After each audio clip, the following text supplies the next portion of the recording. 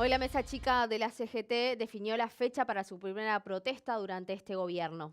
Va a ser el 17 de agosto, en rechazo a la inflación y para reclamar unidad frente al rumbo económico. Marcharán desde el Obelisco hacia la Plaza del Congreso. Buenas noches, estas son las noticias a las 20:30. El INDEC informó que la inflación de junio fue de 5,3% y acumuló 64% en los últimos 12 meses. Así, el dato interanual llegó a la quinta suba consecutiva y marcó un nuevo récord para los últimos 30 años. Los rubros que más aumentaron fueron salud, vivienda y alimentos.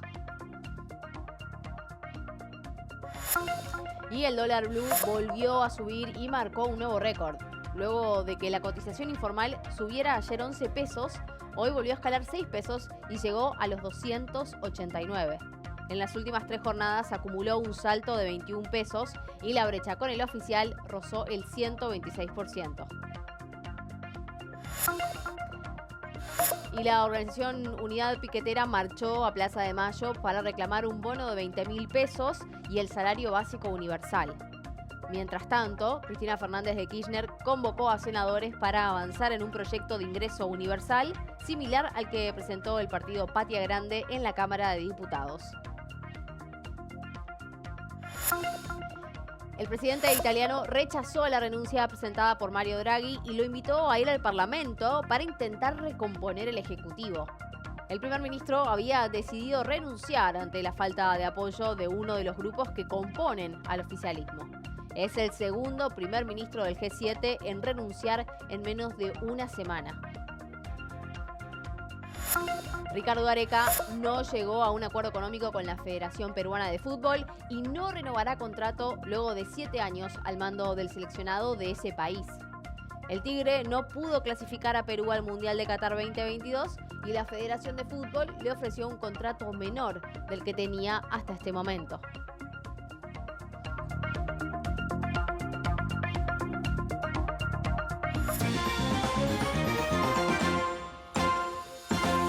Se conoció el número de inflación del mes de junio. Hubo un cambio de tendencia y el índice volvió a crecer. El INDEC informó que la inflación en el mes de junio fue de 5,3%. Se trata del primer aumento después de 2 meses que venía a la baja. De esta manera, la suba de precios en el año ya acumula un 36,2%. Al compararla con el mismo mes del año pasado, el incremento trepa el 64%. Así, el dato interanual hilvanó la quinta suba y marcó un nuevo récord para los últimos 30 años.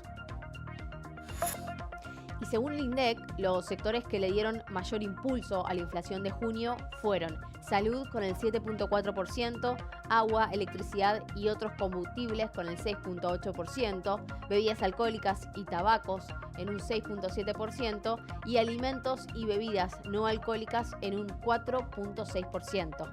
Ese último rubro volvió a ser el que tuvo mayor incidencia en todas las regiones. Por su parte, desde la Federación de Supermercados y Autoservicios del país, informaron que en los últimos días las empresas aumentaron nuevamente los precios. Pero además, adelantaron que la próxima semana volverán a reunirse con el secretario de Comercio Interior, Martín Pollera. En los últimos 5 días hemos visto que ha habido aumentos ya prácticamente en todas las empresas. La gran mayoría de las empresas han modificado o condiciones o listas de precios. El promedio es aproximadamente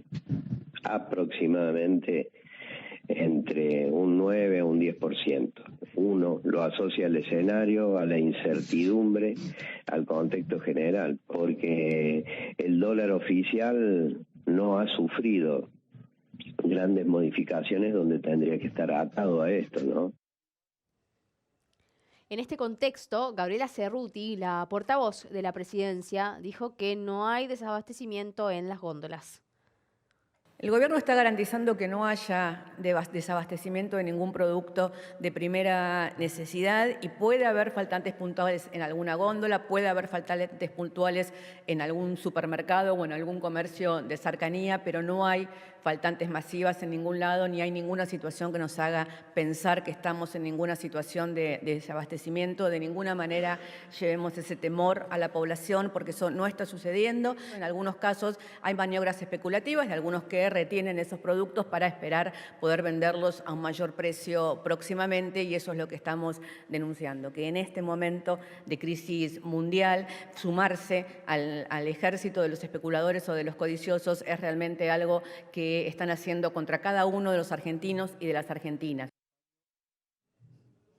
Además, Cerruti confirmó que mañana va a estar disponible el formulario para la inscripción de los usuarios de cara a la segmentación de las tarifas, que va a comenzar a partir del 1 de agosto.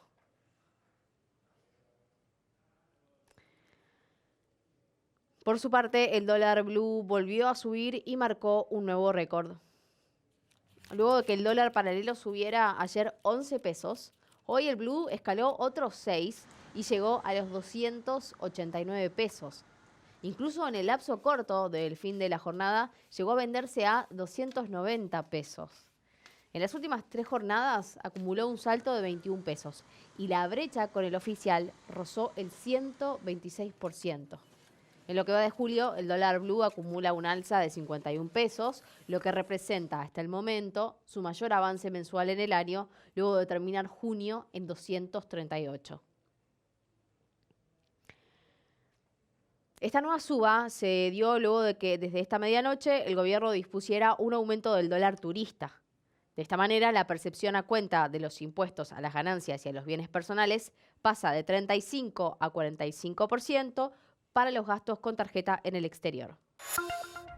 Las personas deberán pagar el 45% de percepción cuando extraigan efectivo en el exterior y hagan compras a través de sitios web del exterior o abonen servicios prestados por no residentes, como por ejemplo Netflix.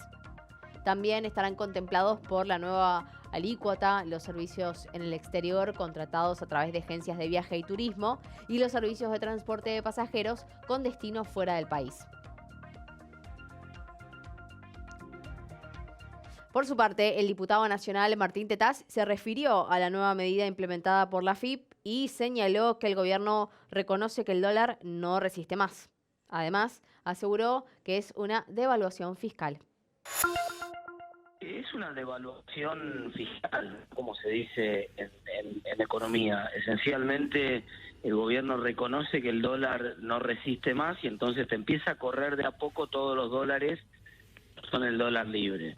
Como te lo corre y bueno, te va corriendo con los que puede justificar entre comillas, ¿no? Entonces te dice, claro, viste, de acá vos no podés hacer con tu plata lo que vos querés, es decir, tenés que pedir permiso. El gobierno esencialmente te corre el arco, te dice el dólar va a valer más 230 que valía el dólar solidario, va a valer 10% más, esencialmente. En tanto, la presidenta de la Asociación Civil de Agentes y Agencias de Viajes Pymes Argentinas, Alejandra Barzani, aseguró que un aumento del dólar turista es confiscatorio. Ahora lo que hicieron es que el 35 pase al 45, un 10% más, que es una percepción. A ver, hay que tener en cuenta que la escala de ganancias no supera el 35%. Entonces, esto sería un tanto confiscatorio, pero bueno, el gobierno evidentemente hace lo que quiere y no sé si después algún equipo de abogados o en especial en defensa de los consumidores si van a salir a cuestionar esto.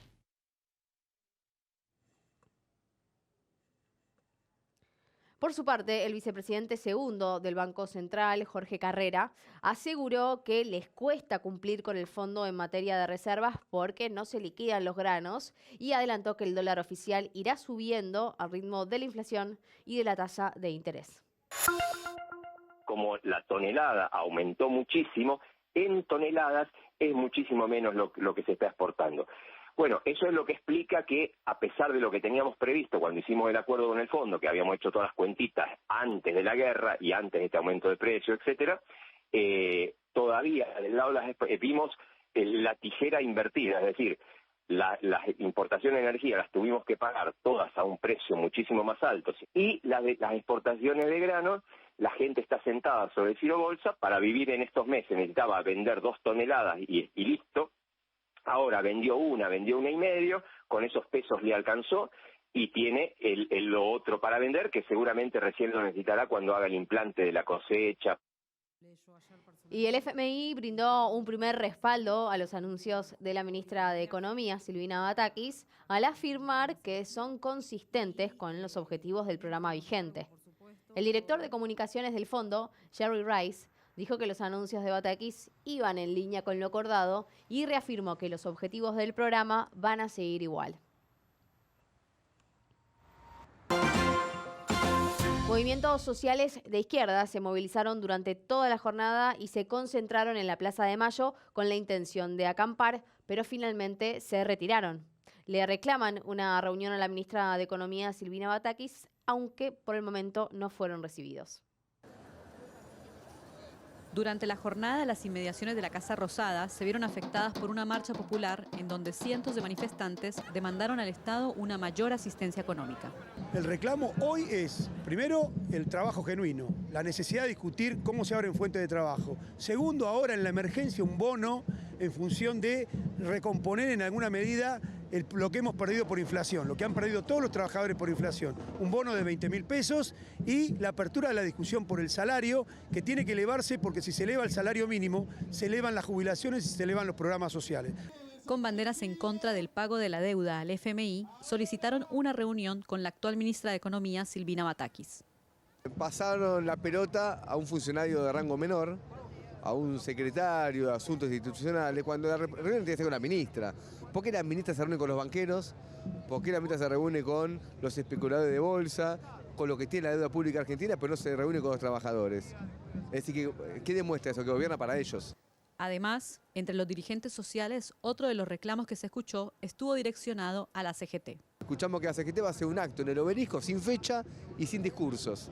Eso no es nada, eso es una cargada. Siguen estando con el gobierno y es un gobierno ajustador y fondo monetarista, con lo cual están en el lugar equivocado. La actividad se extenderá hasta las 18 horas y contempla la actuación de artistas en vivos y puestos con muestras del trabajo realizado en los barrios populares. Después de ese horario definirán en una asamblea si acampan esta noche o se retiran del lugar.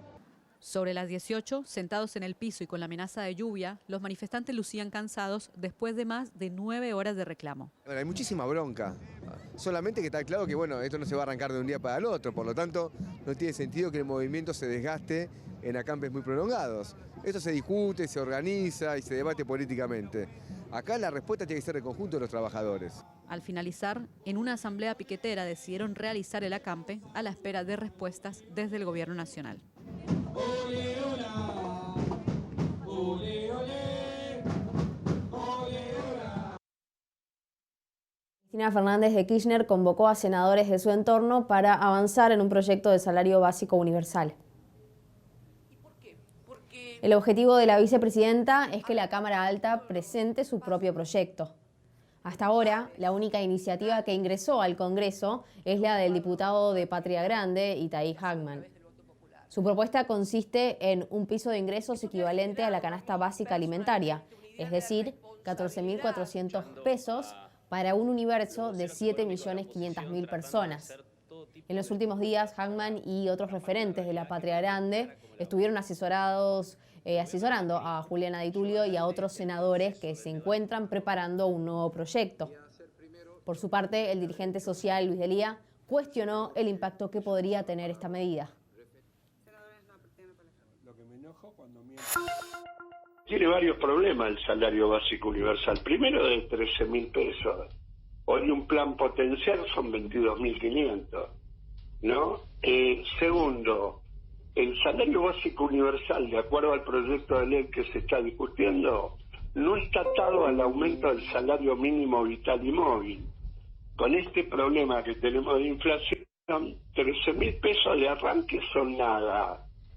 y en 3-4 meses es nada de nada. Así que no entiendo lo que propone Grabois con tanto énfasis como si fuera la revolución socialista.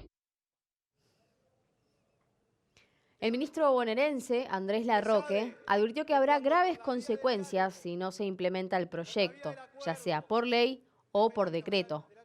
Además, señaló que sería lógico resolver el tema en 1 o 2 meses. La medida también es reclamada por un sector de la CGT. De hecho, el secretario general de Canillitas, Omar Plaini, dijo que el Estado debe debatir el salario universal y aplicar políticas en favor de los que menos tienen. Este plan de reivindicaciones, donde hubo 3 puntos que fueron centrales: la defensa del salario, la apertura del Consejo del Salario y el plan de lucha que ellos plantean.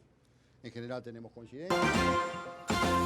La legislatura porteña aprobó la ampliación del presupuesto de la ciudad y la calle de convivencia que permite construir el Parque Lineal Honorio Pueyrredón en el barrio de Caballito. Además, el presidente italiano rechazó la renuncia del primer ministro. Draghi tendrá que asistir al Parlamento el próximo miércoles para recomponer la coalición de gobierno. Este y otros temas en instantes en Noticias a las 20:30.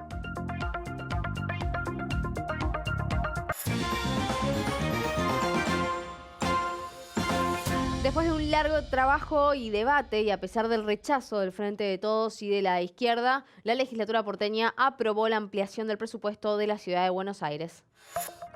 El mayor porcentaje del presupuesto se va a destinar al pago de salarios de los trabajadores de la ciudad que subieron a raíz de la inflación.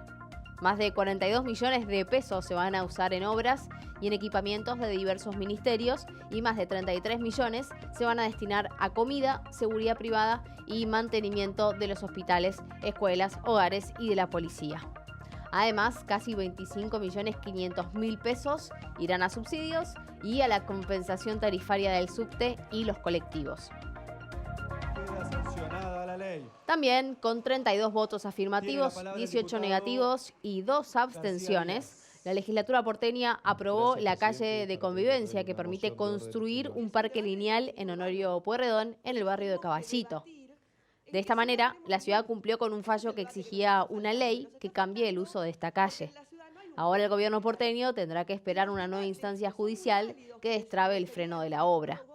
En las últimas semanas, agrupaciones vecinales habían realizado varias protestas para evitar que se sancione la ley. De Tránsito y Transporte como vicepresidenta y tuvimos la oportunidad de escuchar a los vecinos hablar a favor y en contra.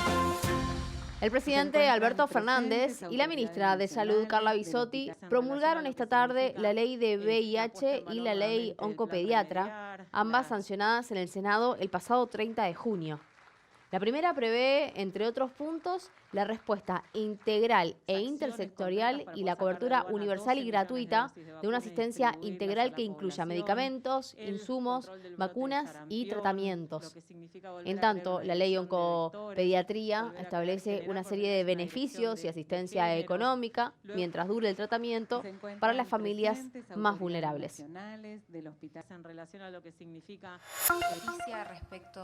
La actriz Thelma Fardín anunció que en septiembre va a reanudar el juicio en Brasil a Juan D'Artés por abuso sexual. La denunciante contó que durante ese mes serán tomadas las testimoniales que faltaban y luego de 4 años el actor finalmente va a declarar ante la justicia el próximo 20 de octubre. El proceso judicial, del cual participaron 3 países, Argentina, Brasil y Nicaragua, tuvo 11 testigos que declararon de manera virtual ante el juez Ali Maslum. El magistrado interrumpió el debate oral en febrero ante un planteo que realizó la defensa del acusado. Esta resolución fue luego apelada por Fardín y más de un mes después, el mismo tribunal regional revirtió su decisión y dispuso que la causa continúe siendo tramitada en la justicia federal.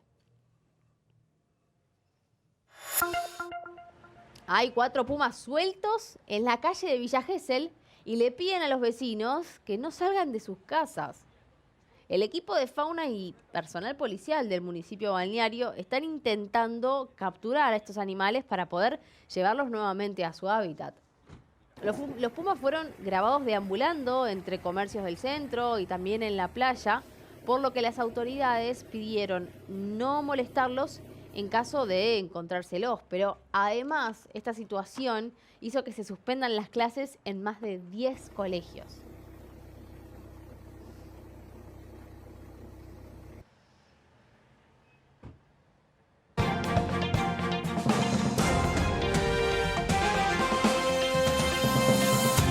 El presidente italiano rechazó la renuncia presentada por Mario Draghi y lo invitó a ir al Parlamento para intentar recomponer el Ejecutivo. El primer ministro había decidido renunciar ante la falta de apoyo de uno de los grupos que componen al oficialismo.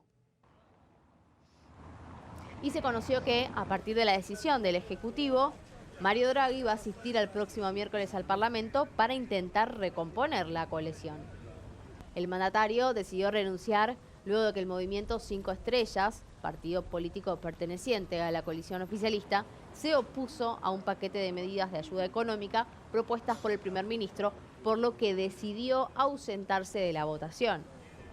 En tanto, en varias oportunidades, el primer ministro había planteado que no era favorable un nuevo ejecutivo en el que no esté el movimiento 5 Estrellas. Draghi asumió el gobierno en febrero del 2021, cuando el presidente le encargó que forme un gobierno de unidad nacional.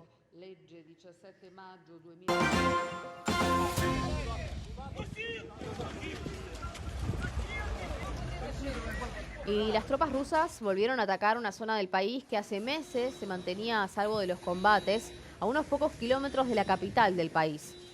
Misiles lanzados desde el submarino en el Mar Negro alcanzaron un edificio de oficinas en el centro de Vinnytsia.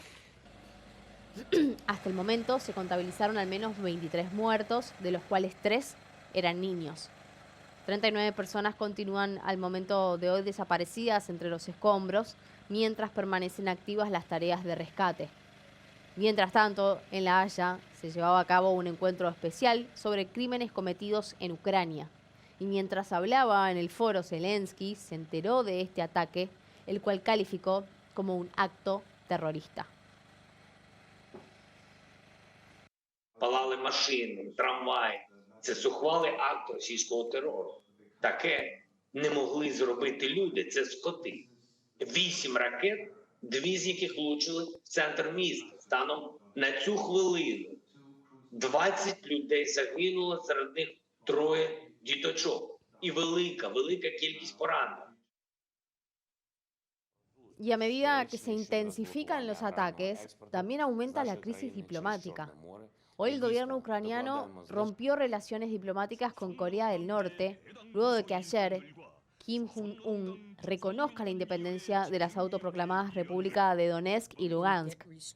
Además, la Secretaría del Tesoro norteamericano se refirió a la guerra en Ucrania como el desafío más grande que tiene en este momento la economía mundial. La funcionaria emitió una conferencia de prensa luego de que se conozca el dato inflacionario récord que está atravesando los Estados Unidos.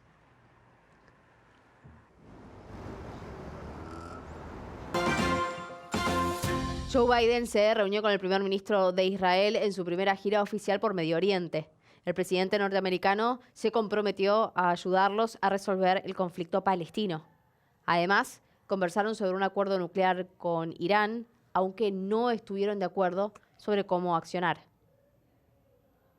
Today, you and I also discussed America's commitment to ensuring Iran never obtains a nuclear weapon. This is a vital security interest to both Israel and the United States, and I would add, for the rest of the world as well. I continue to believe that diplomacy is the best way to achieve this outcome.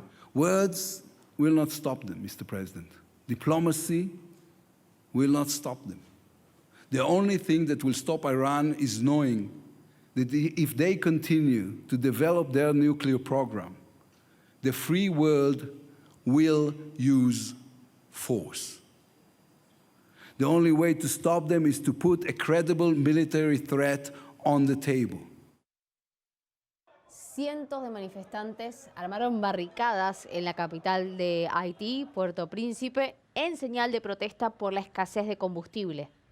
En paralelo a las protestas, se están llevando a cabo enfrentamientos entre dos bandas armadas, que ya habían dejado 89 muertos, 79 heridos y 16 desaparecidos.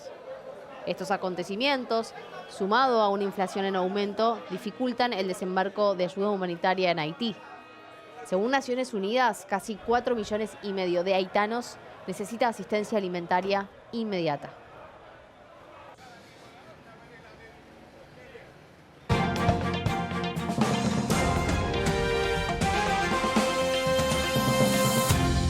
Ricardo Gareca no llegó a un acuerdo económico con la Federación Peruana de Fútbol y no va a renovar su contrato luego de 7 años al mando del seleccionado de ese país. El DT argentino, que tiene 64 años, rechazó hoy la última propuesta de una delegación de dirigentes que viajó a Buenos Aires. El Tigre no pudo clasificar a Perú al Mundial de Qatar 2022 y la Federación de Fútbol le ofreció un contrato menor del que tenía actualmente. Si bien Gareca estuvo entre los nombres que sonaron después de que Boca echara a Sebastián Battaglia, desde el club todavía no se han comunicado. Sin embargo, podría ser un posible DT en caso de que Hugo Ibarra no consiga buenos resultados en los próximos partidos.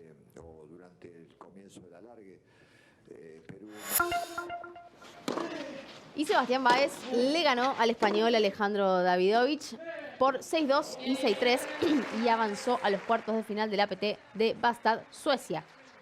Su próximo rival será el austríaco Dominic Thiem, ex número 3 del mundo y actual 339, a quien nunca hasta este momento se había enfrentado. Thiem está de regreso en el circuito luego de 14 meses de inactividad a causa de una operación en la muñeca derecha.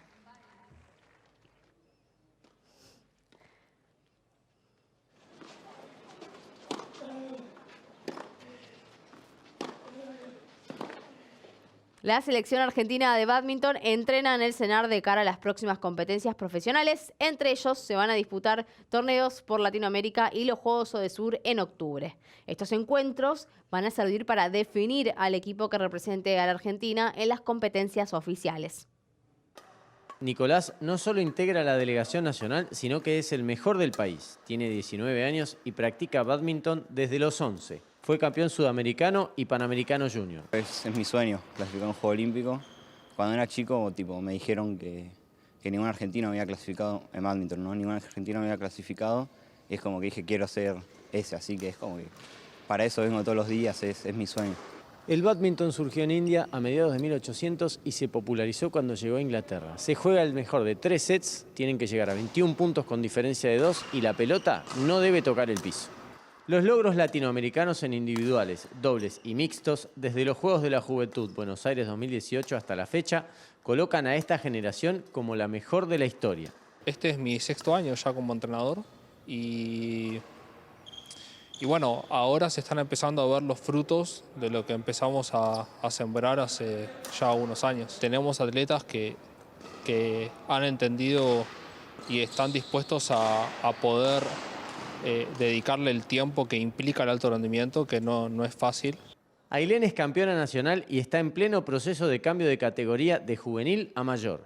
En su familia, evidentemente, el deporte es protagonista, ya que su hermana menor está acercándose a la disciplina y su hermano mayor es Nicolás Oliva. Con la familia lo acompañábamos siempre a los torneos y veía las competencias y eso fue como lo que más me atrajo. Creo que todos nos llevamos muy bien entre todos y entre todos nos damos bastante seguridad. El gran objetivo de la delegación argentina es, en algún momento, poder clasificar al Mundial de la disciplina, donde solo entran los 30 mejores.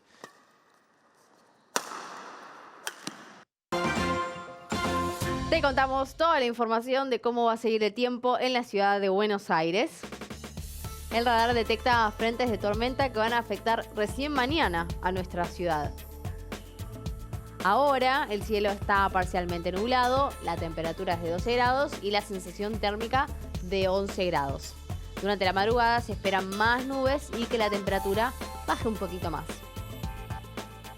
El viernes, mañana, el día arranca con algunas precipitaciones, con una temperatura de 11 grados, una sensación térmica de 9 grados y una humedad alta del 90%.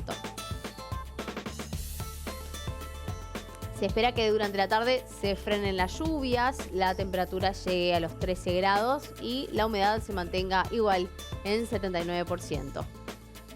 Y a la noche nos espera una jornada bastante nublada con una temperatura que va a estar solo de 2 grados y una humedad que se va a continuar siendo alta de 80%.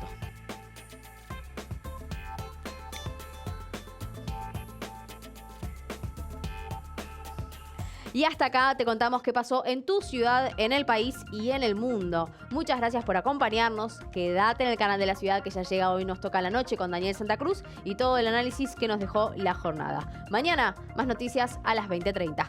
Chau.